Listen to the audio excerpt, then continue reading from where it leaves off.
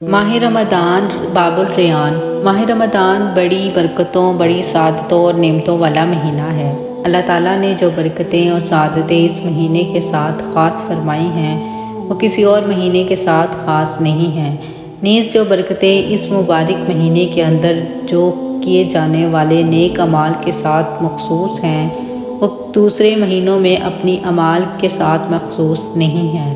اس مہینے کو اللہ تعالیٰ نے روزے اور رات کے قیام کے ساتھ خصوصیت عطا فرمائی ہے، یعنی صیام رمضان اور قیام رمضان۔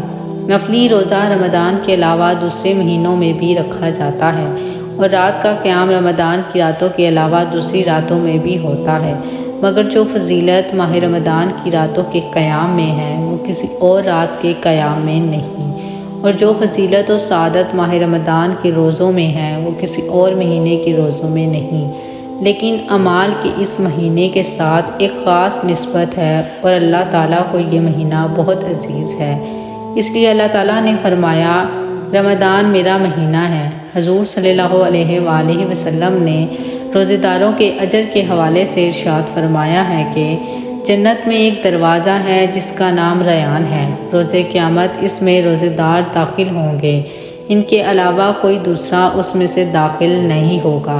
کہا جائے گا روزے دار کہاں ہیں؟ پس وہ کھڑے ہو جائیں گے، ان کے علاوہ کوئی دوسرا اس دروازے میں سے داخل نہ ہوگا، اور جب وہ داخل ہو جائیں گے تو دروازے کو بند کر دیا جائے گا، پس اس سے روزے داروں کے علاوہ کوئی داخل نہ ہوگا۔ جنت میں بہت سارے دروازے ہوں گے مگر ایک خاص دروازہ، اور اس دروازے کا نام باب الریان ہے۔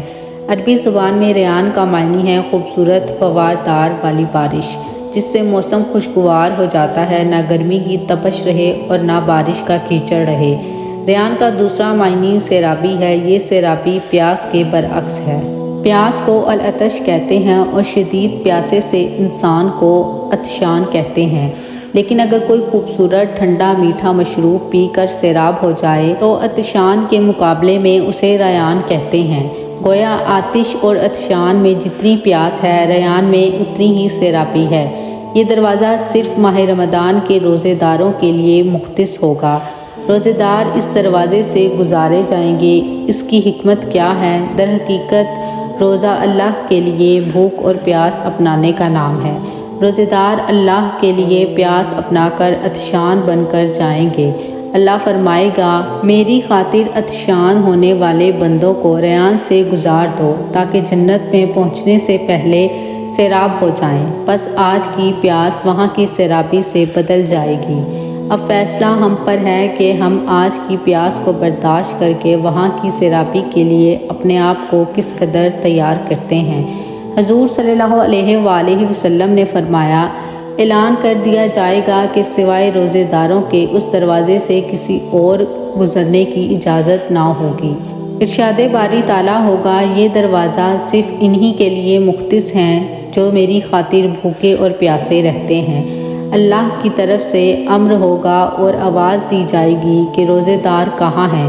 پس اس آواز کو سن کر روزے دار میدان قیامت میں کھڑے ہو جائیں گے، عرض کریں گے یا اللہ ہم حاضر ہیں۔ اس وقت حکم ہوگا تمام روزے دار جنت میں باب الریان سے داخل ہو جائیں۔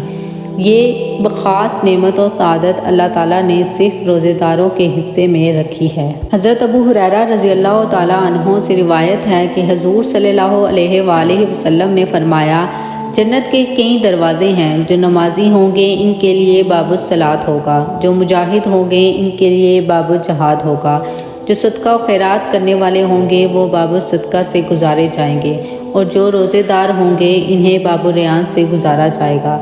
اللہ نے ہر عمل کے نام پر ایک دروازہ رکھا ہے اور اس عمل کے کرنے والے اسی عمل کے نام کے دروازے سے گزریں گے۔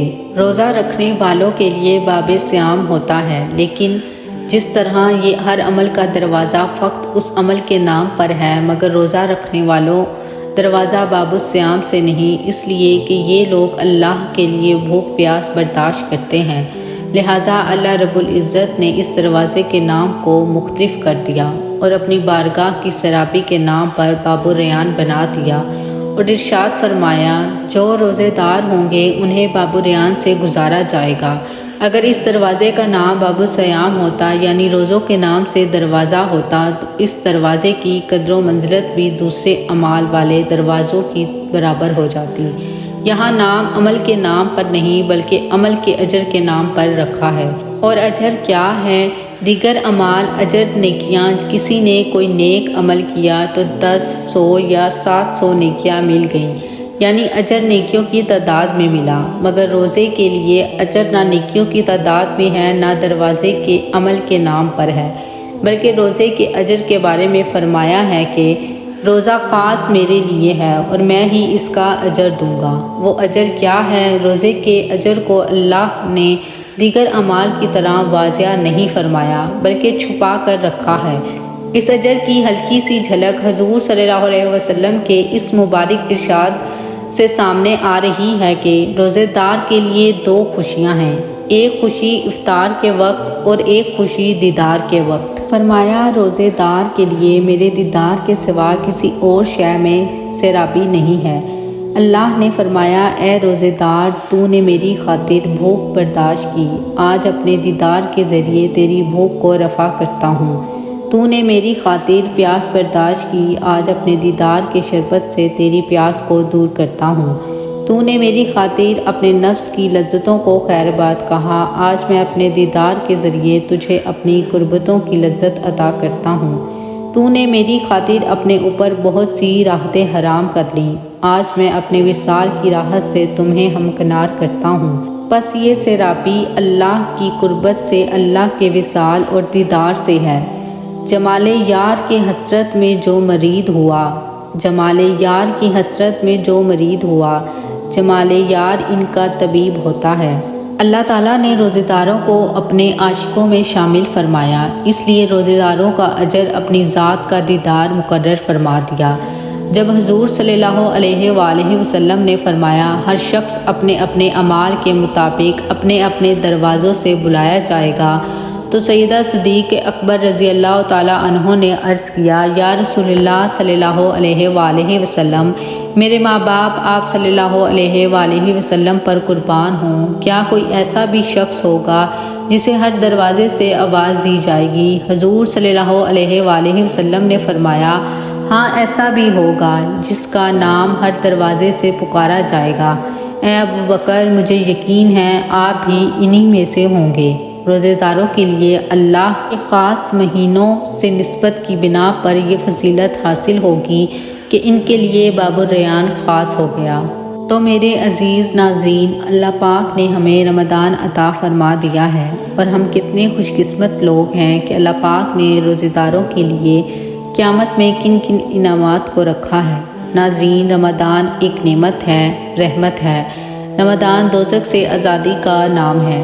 معزز ناظرین، اس مہینے کو ضائع مت ہونے دیں، اللہ کی طرف رجوع کریں۔ رمضان نجات والا مہینہ ہے، اللہ سے گناہوں کی معافی مانگیں اور جتنا ہو سکے اللہ کی عبادت کریں۔ انہی لفظوں کے ساتھ میں اجازت چاہتی ہوں۔ زندگی نے وفا کی تو اگلی بار ایک نئی معلوماتی ویڈیو لے کر آپ کی خدمت میں حاضر ہوں گی۔ تب تک کے لیے اللہ حافظ۔ اللہ پاک آپ کا حامی و ناصر ہو۔